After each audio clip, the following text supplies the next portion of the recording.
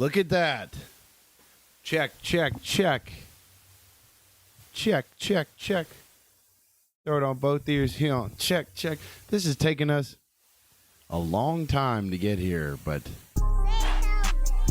we're here with you guys for probably 20 minutes or so in the Jar Football program, number 197. And we got a packed show today. I'm Clark Dupree, your host. Looking forward to this show today. We got a lot of debates in college athletics, particularly with the SEC moving to a 9-game conference schedule. The argument is as follows. The SEC grind is just different. And Big Ten fans reject that sentiment. I've got a persistent itch in my nose right now. Maybe need to trim the nose hairs. SEC versus Big Ten. Today you'll find out why the Big Ten, I feel, is still not superior to the mighty Southeastern Conference. That's going to be the main debate we have on the show. Other news, Mike Vrabel, Diana Rossini. Y'all seeing this? I'll tell you what, man. If you're an owner of the New England Patriots, you head to the damn massage parlor. If you're the head coach of the New England Patriots, sometimes you go and take a head coaching job in North Carolina and bring a 26-year-old lady into your life when you're fresh into your 70s. Sometimes as a New England Patriots head coach, you hold hands with an NFL insider out on the porch at a resort in Arizona, and you hang out at the pool with her. And maybe you get a little lunchtime crunchings in as well. And I'm not talking about food in most capacities. Diana Rossini, all the sports gals. Look, men created this culture. Let's take some accountability here. Us men, we're the ones that said, well, damn, wouldn't that be nice to have a hot sideline reporter? Wouldn't it be nice if we could throw skimpy dresses on them? We created this culture as men, okay? And the women's in sports, you got some that have figured out that this is the way. Men created this.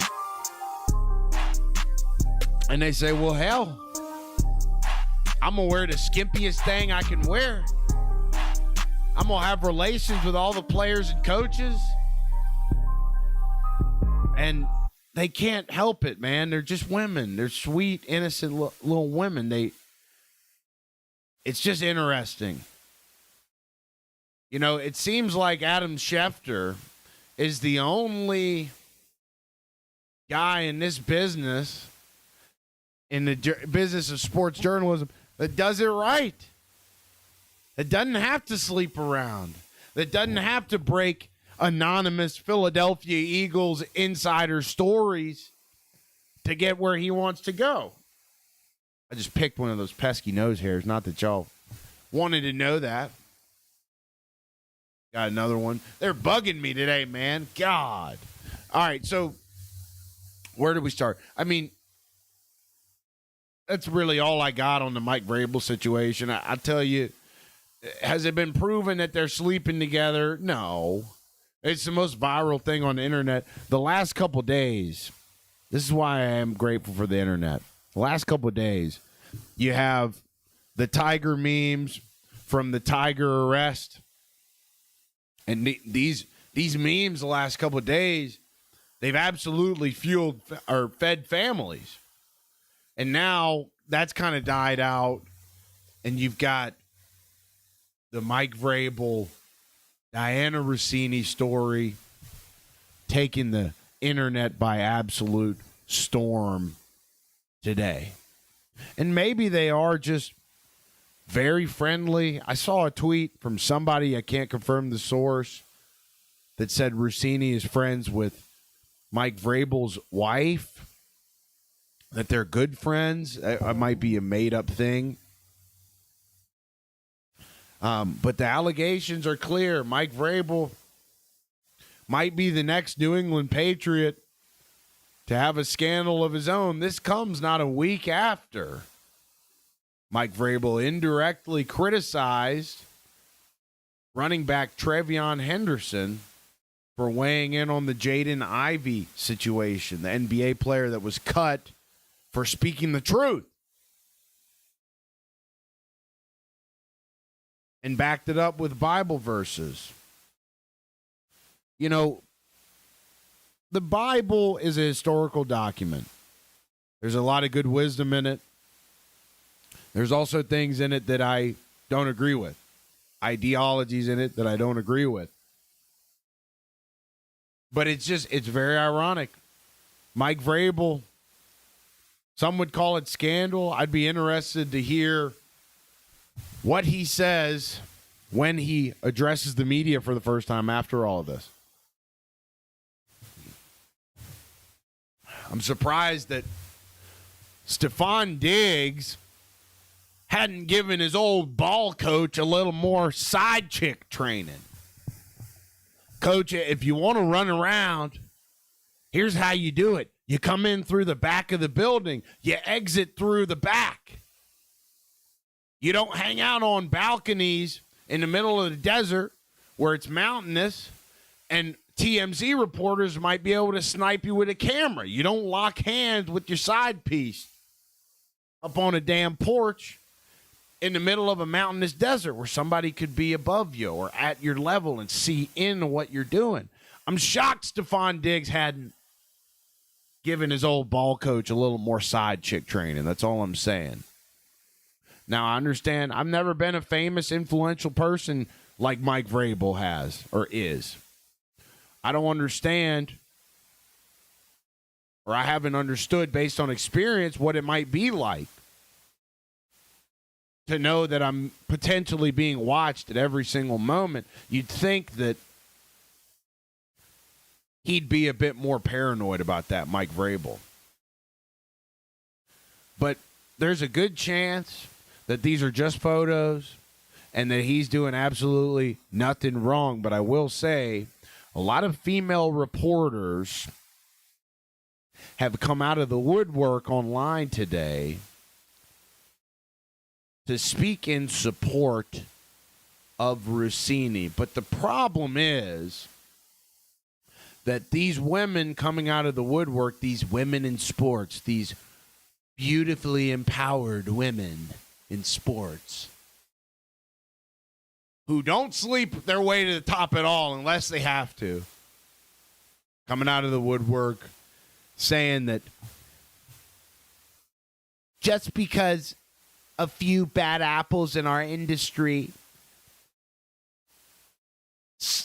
do this or do that, I want it to be made clear that women in sports should be valued. And they don't sleep their way to the top. And we don't wear skimpy dresses and show our cleavage on the sideline to get a promotion. Coping. Cope. You go to this woman's Twitter profile, just for example, and what do you see? A thigh-high short skirt in the avatar. The jokes really do write themselves. I'm a competent woman. I don't have to sleep around to get to the top. Oh, the boss wants me in his private suite in 25 minutes. I better go. Sorry, husband. You signed up for this. I'll only do it for like 5 minutes, and then we'll pretend like it never happened. You know? Driving official, I know you very well. You are the most beautiful person in the world. I hope you're talking to me. I mean, you're in my chat, so you might. Thank you. Thank you so much, madam. I would hope you're a madam.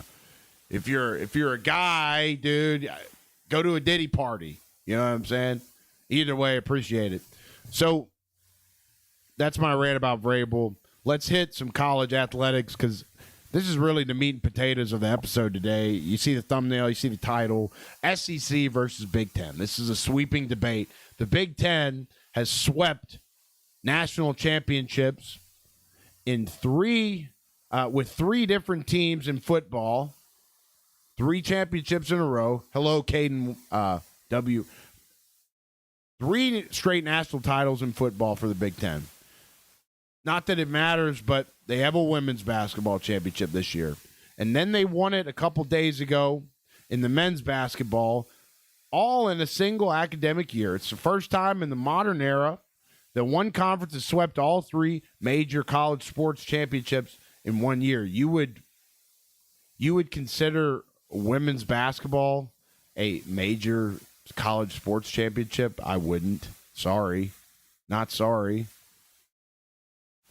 The easiest column for college football journalists to write at this point in time is taking a shot at the SEC and talking about how great, how mighty, what a generational run that the Big Ten is on. And some of the recent evidence backs that up.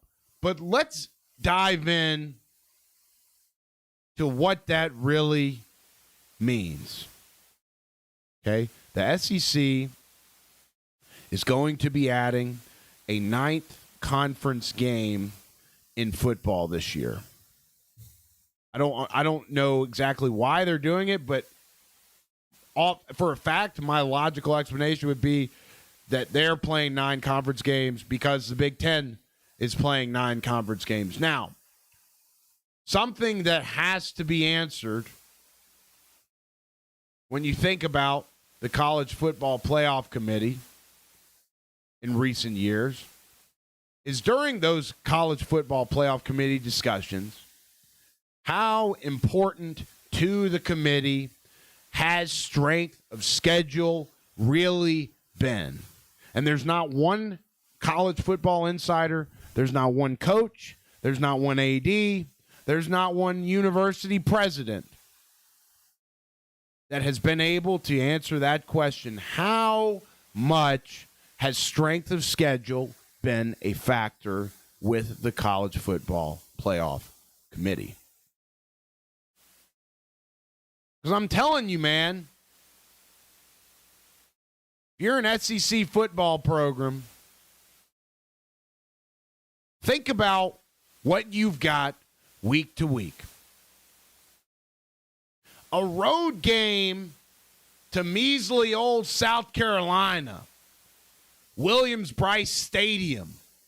They're playing Sandstorm before kickoff. It don't matter if the Gamecocks are 2-8 or 10-0. Williams-Brice Stadium in Columbia, South Carolina is going to be rocking, and it's going to be tough to play them no matter what kind of season they're having. Go to the other side of the coin here. You go on the road to Northwestern. You go on the road to Purdue. You go on the road to play the Maryland Terrapins.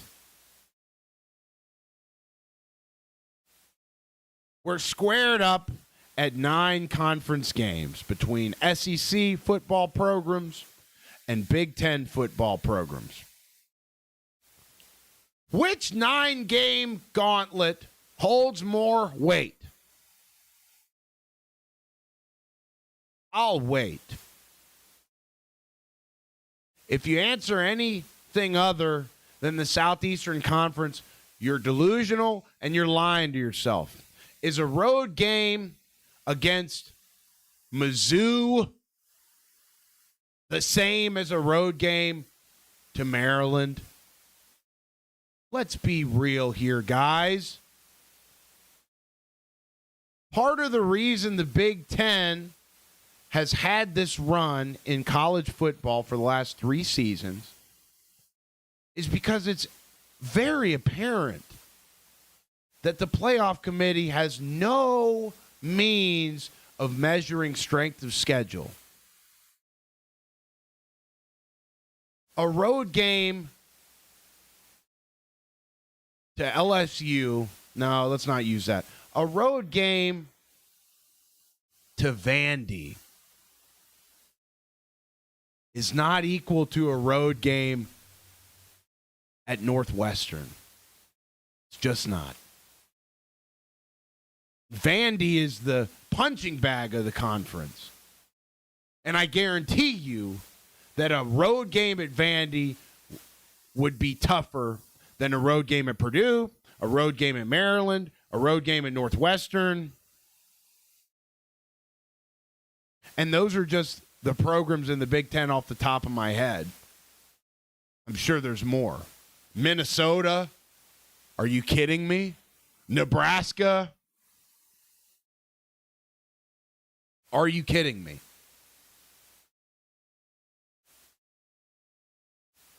The other argument is that NIL money is flowing in to the conference Big Ten that wasn't there before, bringing players who previously would have gone SEC.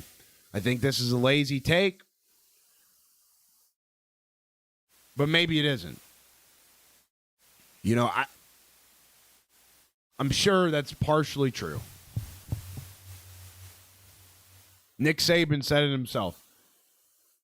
The reason the Big Ten's playing good is because you got to pay guys to leave the South. I don't disagree with that. Transfer portal access. The Big Ten is now competitive on the ground floor of portal recruiting, not just high school. Okay. SEC players counter with 2 things. Top to and this is the argument I just made. Top to bottom, the SEC is a different grind. There are no Purdues or Northwesterns built into the schedule as breathers. Breathers. 9 SEC games wear you down in a different way, or in a way that the Big Ten schedule does not. Another argument for the SEC, talent concentration. Talent concentration. Look at the 2027 NFL mock drafts. 13 of the 16 highest rated players are from SEC programs.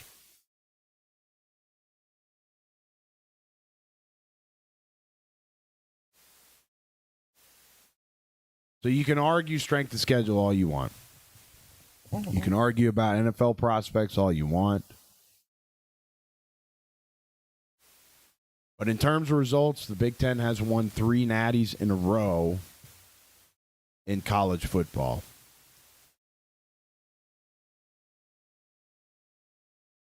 Now, it's been really easy. And I mean, this is what's going on in sports media, right? It's been very easy to be down on the SEC. It's been very easy to say the SEC is done. I think we've done it on the show here a couple times. You know, we got to be careful. We don't want to sell our soul for clicks. Okay? A lot of people are down on the SEC. My argument is, if it were any other conference,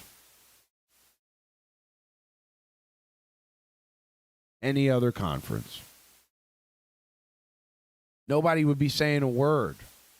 The SEC's got a target on their back from being the best. Look at what the SEC has built in college football since the early 2000s. Look at what the SEC has been. I'm not trying to live in the past here. I'm not trying to be a Kentucky basketball fan here. But you see what the SEC has built over the last 2 decades, almost 3. You don't think that people are panicking, everybody's losing their minds. If the SEC didn't have a target on their back, if Big Ten journalists weren't coming out of the woodwork to revel in the downfall of the SEC, they've got this chip on their shoulder. And why wouldn't they? They've been second to the SEC for decades. So here's another assessment. This is from a historian of college football, I would guess. The real threat is not in stadium attendance numbers or TV ratings, which are still good, but in something harder to measure. Older fans over 45 to 50 are slowly disconnecting from college football. These are the people for whom college football was the prism through which they saw their lives. It's a beautiful way to put it. NIL and the transfer portal have created a fundamental break in the emotional contract those fans had with the sport. And living in Lexington, Kentucky through the 2010s, watching Coach Cal year in and year out basically build NIL-type teams before NIL was a thing, you learned how to connect with these teams differently. You understood that when players come to the University of Kentucky basketball program in the 2010s under Cal, and the guy's a 5-star recruit, number 1 in his position, you know that your time with that guy is limited. And so as a Kentucky basketball fan in the 2010s, with Cal as the coach, you relish those moments even more. I'll remember the Anthony Davis season in 2012 for the rest of my life. You have to learn to connect with the team and the program differently. And the players also have a responsibility to connect with the fan base, the community as well. It's arguably a bigger responsibility for the player if you know that you're only going to be there for a short time. Now, the difference between Cal's Kentucky teams and modern day NIL, whether it be in football programs or basketball programs, the main difference is that today that player can move on, but to another college athletics program. And they're working on this in the House. Heard Trump has been getting in on this as well, on some legislation around saving college athletics. A big conversation is whether they're going to limit transfers or not, and that's one of the first things I think they'll do. Tommy Tuberville, former Auburn coach, former Cincinnati Bearcats coach, who's now in politics as well, has brought that to the table, has been a big part of it. The thing about this is that it's not going away. But you think about NASCAR. NASCAR is still a big sport. It's just not as big as it was at the turn of the century. College athletics are not going to collapse, but they might slowly erode. That's the real concern. With young fans, they're connecting to the teams differently. The interest for young people in college athletics is apparently at an all-time high. Viewership is apparently at an all-time high. Of course, people are drawn to chaos. They're drawn to messiness. That is college athletics right now. But the young fans connect to college athletics different than we do. I'm 29 and up. They connect to it different. It's more about liking players, following players, than it is attaching yourself to one program and subsequently a lifetime of pain if you choose to become, say, a Kentucky fan. You save yourself that lifetime of pain. What a life it would be if in the NFL I could just like and follow players as opposed to being attached to the woeful Cincinnati Bengals. That's how a lot of young fans are connecting to college athletics today. The sport may be bigger empirically right now than it's ever been with young fans, but it's built on a different, shallower foundation. This comes from short-form content. I can spend my time watching Jeremiah Smith edits on TikTok, and I can say that I am now a Jeremiah Smith fan. I open up TikTok again later in the evening. I see a Reuben Bain edit. Let's say Reuben Bain was still in college football. He's not. He's going to get drafted this month. Oh, I'm a Reuben Bain fan. And then somebody my age comes up to a young pup and says, who's your favorite college team? And they ain't got one. That's how the young guys, that's how the young cats are connecting to the game today. 30 years ago, the SEC was the revolutionary force, pushing for a real playoff, fighting for television freedom. The Big Ten was the defender of the status quo. Now the Big Ten is eating the SEC's lunch on paper. It's hard to even, like I said a second ago, it's hard to even imagine the last 30 years without what the SEC has built. But in some ways, the Big Ten's now doing it better.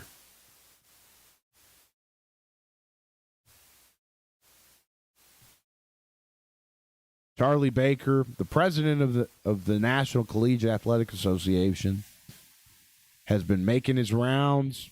He was spotted at the Final Four. And some folks have said that he stood in front of reporters for 15 minutes at the Final Four without saying anything substantive, if that's a word.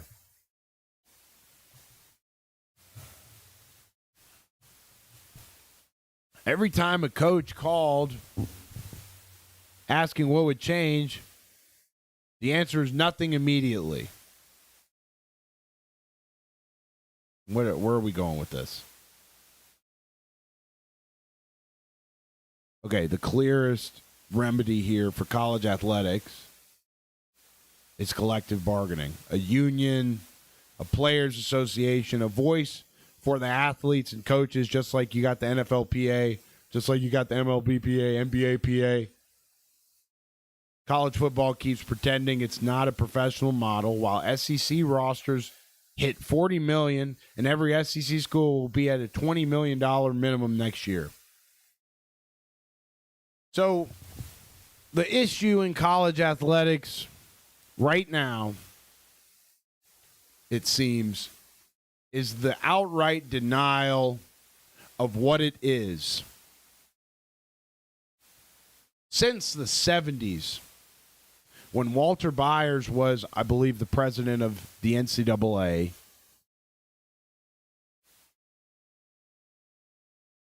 they have known that these athletes are athlete students, that these athletes are not amateurs, at least not when media came into the picture. But the NCAA and Walter Byers knew that if they phrased it as student athlete, that they could get away with arguably the biggest labor scam in modern American business history.